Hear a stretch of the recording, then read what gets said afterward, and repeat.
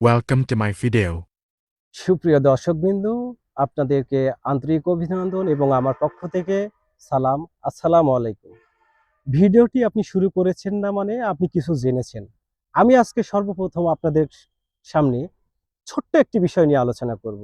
বিষয়টা হচ্ছে যে হঠাৎ করে যদি কোনো মানুষ অথবা আপনি নিজেও একজন অ্যারেস্ট হলেন, তাহলে সেই ক্ষেত্রে আপনি কি করবেন? হঠাৎ করে আপনার কি করণীয়?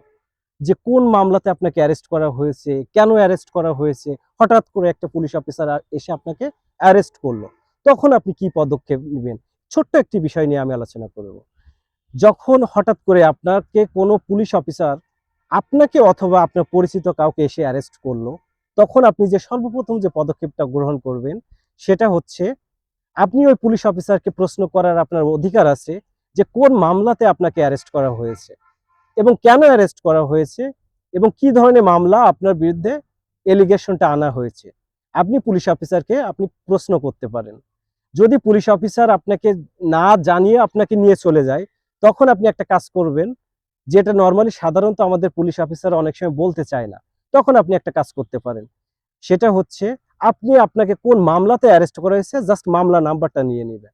মামলা নাম্বারটা নিয়েই আপনি কি করতে পারেন, আপনার পরিচিত অথবা আপনার নিকটস্থ কারোর যদি কোনো পরিচিত অ্যাডভোকেট থাকে, তাহলে সেই অ্যাডভোকেটের শরণাপন্ন হয়েই আপনি মামলা নাম্বারটা দিয়ে আপনি সেই মামলার নকলটা তুলতে পারেন।